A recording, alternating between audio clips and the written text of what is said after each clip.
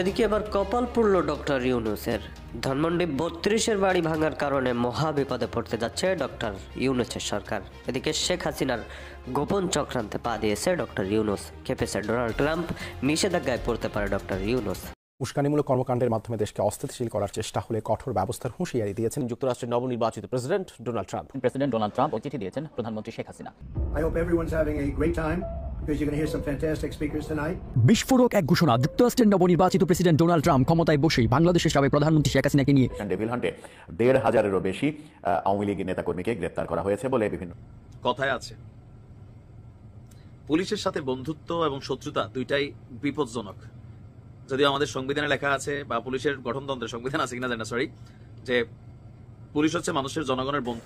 দর্শক, দেশ প্রবাস দূরে কিংবা কাছে বসে যারা আমাদের দেখছেন, আশা করি সবাই ভালো আছেন। দর্শক, এই মুহূর্তে পাওয়া খুবই গুরুত্বপূর্ণ এবং ইম্পর্টেন্ট একটি সংবাদ আপনারা দেখতে চলেছেন, তাই সবাইকে রিকোয়েস্ট করবো এবং অনুরোধ জানাবো সবাই আজকে একটু অন্য দিনের তুলনায় বেশি খেয়াল দিয়ে দেখবেন। দর্শক, এবার হঠাৎ করে কপাল পুড়তে চলেছে ডক্টর মোহাম্মদ ইউনূস সরকারের এবং উপদেষ্টাদের। আপনারা জানেন সম্প্রতি সময়ে ধানমন্ডির ৩২ নম্বরের বঙ্গবন্ধুর বাড়ি ভাঙা এবং ডেভিল হান্ট যেই কার্যক্রমটি, যেই কাজটি সরকার চালাচ্ছে, যে অভিযান চালাচ্ছে ডক্টর ইউনূস সাহেব সেনাবাহিনী দিয়ে, এটাকে কেন্দ্র করে আমেরিকার নবনির্বাচিত প্রেসিডেন্ট ডোনাল্ড ট্রাম্প কিন্তু খুবই ক্ষুব্ধ, খুবই রাগ হয়েছে। দর্শক, তিনি কঠিন বার্তা দিয়েছে ডক্টর ইউনূসকে। এমনকি আমরা যতটা শুনতে পেরেছি, নিষেধাজ্ঞার কবলেও পড়তে পারে, অর্থাৎ ভয়াবহ কিছু ঘটতে চলেছে। দর্শক, চলুন এ বিষয়ে আমরা বিস্তারিত তথ্যগুলো জেনে আসি। আশা করি সঙ্গেই থাকবেন এবং এ বিষয়ে আপনাদের মতামতটি জানাবেন। তো দর্শক, চলুন বেশি বেশি ভিডিওটি শেয়ার করে দিবেন। তো চলুন আমরা স্ক্রিনে বিস্তারিত তথ্যগুলো জেনে নেই। পুলিশের সাথে বন্ধুত্ব এবং শত্রুতা দুইটাই বিপজ্জনক। যদিও আমাদের সংবিধানে লেখা আছে, বা পুলিশের গঠনতন্ত্রে সংবিধান আছে কিনা জানি না, সরি, যে পুলিশ হচ্ছে মানুষের জনগণের বন্ধু।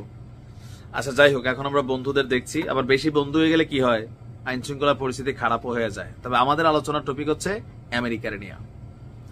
কথায় আছে, আমেরিকার মতন দেশ যদি কারো বন্ধু হয় তাও মানে বিপদ আছে, শত্রু হইলে তো মানে একদম অবস্থা কাহিল হয়ে যাবে। হঠাৎ করেই ট্রাম্পের এই সরকার রাষ্ট্র ক্ষমতায় আসার পর ডক্টর ইউনূস এবং ট্রাম্প সরকারের মধ্যে কেমিস্ট্রিটা কিন্তু পজিটিভ ছিল, এখনো এক ধরনের পজিটিভ আছে, বাট বাদশাচ্ছে আরেক জায়গা থেকে। আপনাদের খেয়াল আছে নিশ্চয়ই, আওয়ামী লীগের সময় আমাদের আইন শৃঙ্খলা বাহিনী, র্যাব এবং কয়েকজন কর্মকর্তার বিরুদ্ধে একটা স্যাংশন আসছিল। কই থেকে আসছিল? মানবাধিকার দিবসে। কেন? তাদের দ্বারা অনেক মানবাধিকার লঙ্ঘন হয়েছে, রাইট? ওকে, ফাইন।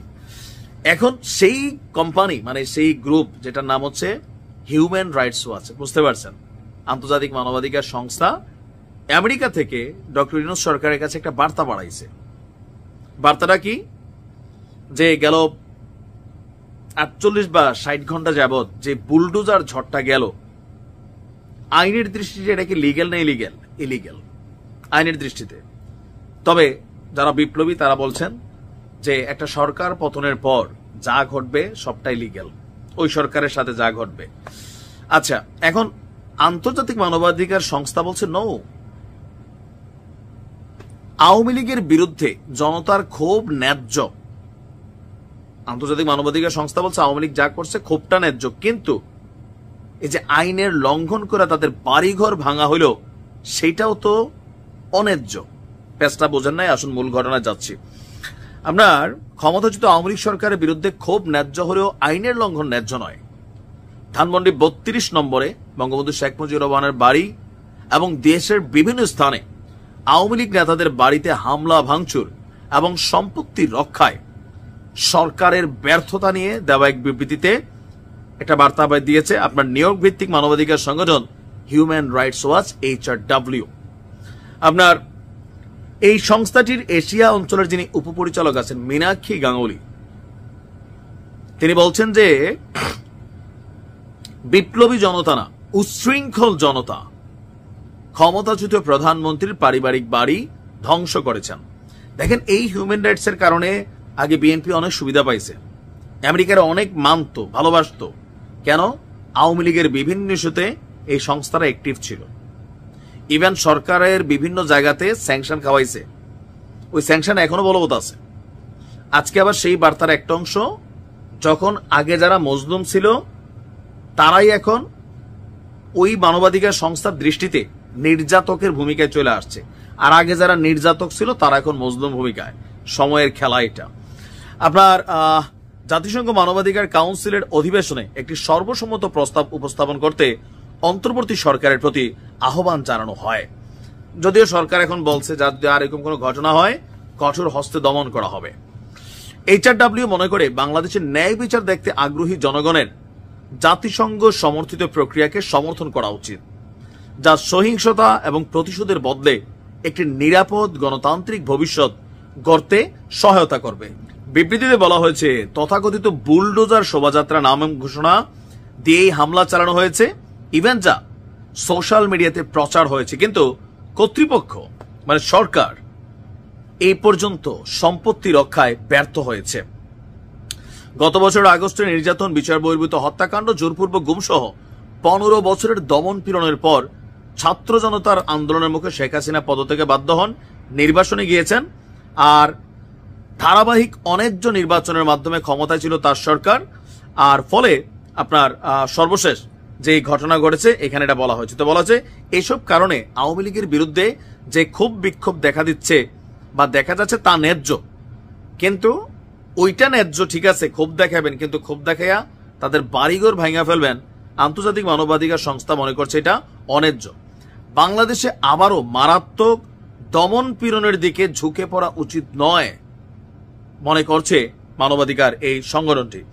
বলছে যে এমন সময় ভাঙচুর হলো যখন হাসিনা তার সমর্থকদের উদ্দেশ্যে অনলাইনে ভাষণ দিচ্ছিলেন এবং প্রত্যর্পণের জন্য বাংলাদেশের কাছে মানে বাংলাদেশ ভারতের কাছে জোর দাবি জানাচ্ছে, কিন্তু হাসিনাকে ফেরত দেওয়ার আগে ভারত সরকারকে আন্তর্জাতিক মানদণ্ড অনুসারে প্রত্যর্পণের ঝুঁকি খতিয়ে দেখতে হবে।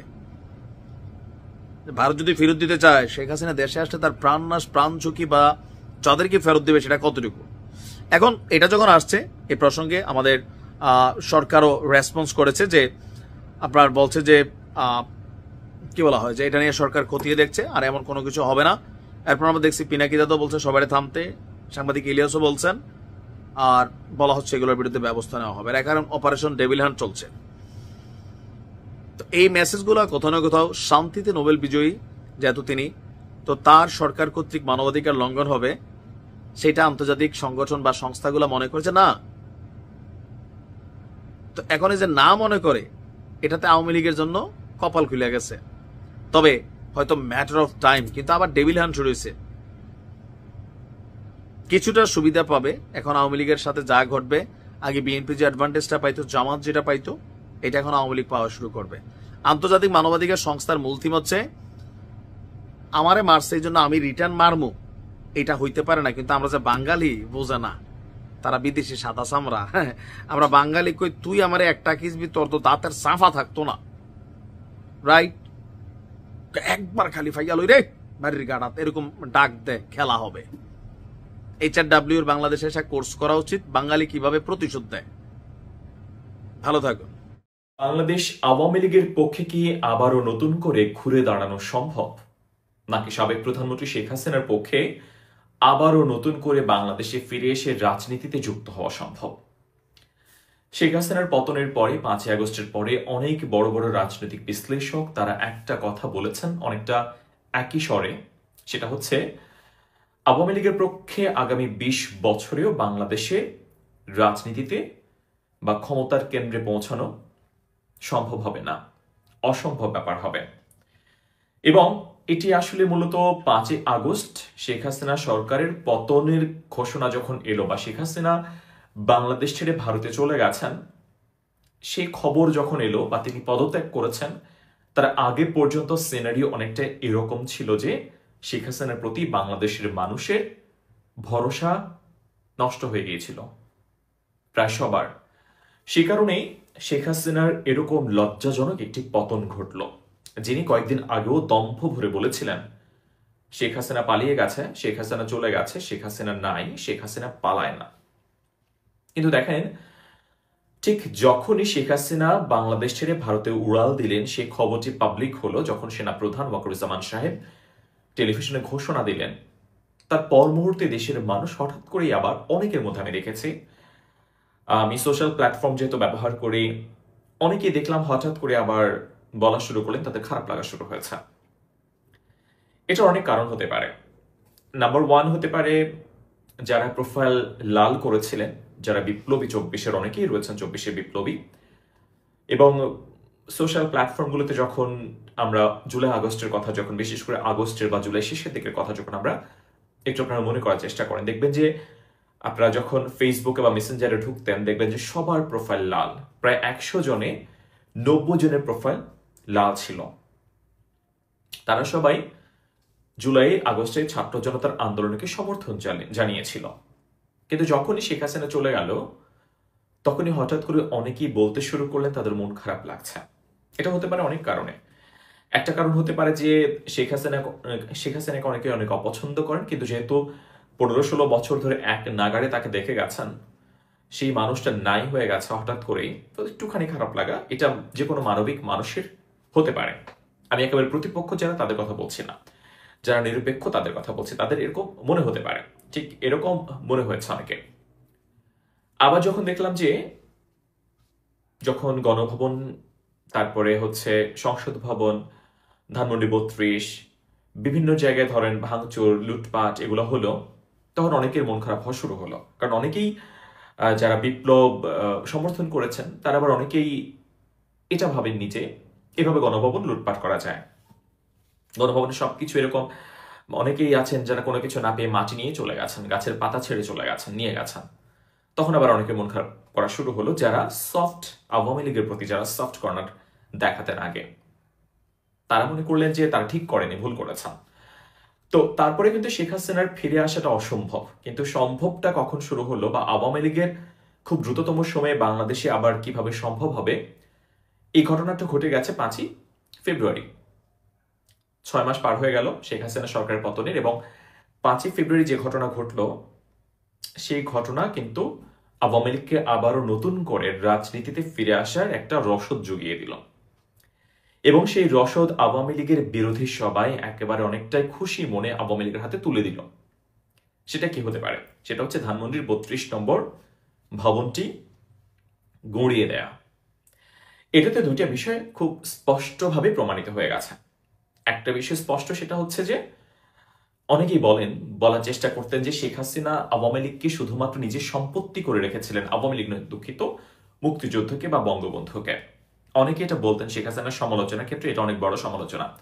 যখন ধানমন্ডি 32 নম্বর গড়িয়ে দেয়া হলো, সেটা আওয়ামী লীগের সম্পত্তি হিসেবে সরকার দেখেছে। সরকার নয়, বা সমন্বয়ক যারা, আওয়ামী লীগ বিরোধী যারা, তারা তখন আবার মনে করেনি যে বঙ্গবন্ধু সবার। এবং ধানমন্ডি 32 যদি এটি রাষ্ট্রীয় সম্পত্তি ছিল, এটাকেও শুধুমাত্র আওয়ামী লীগ বা শেখ হাসিনার ব্যক্তিগত বিষয় মনে করেছে। তার মানে শেখ হাসিনার বিরুদ্ধে যে অভিযোগটা, সেই অভিযোগটা কিন্তু।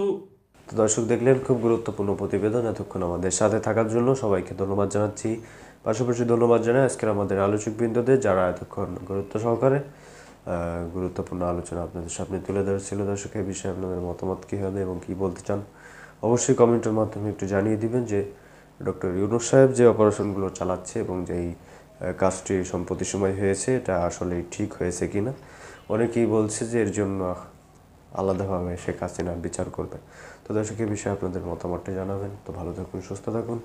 পরবর্তী আপডেট পেতে চ্যানেলটি সাবস্ক্রাইব করে রাখবেন। ধন্যবাদ এতক্ষণ আমাদের সাথে থাকার জন্য।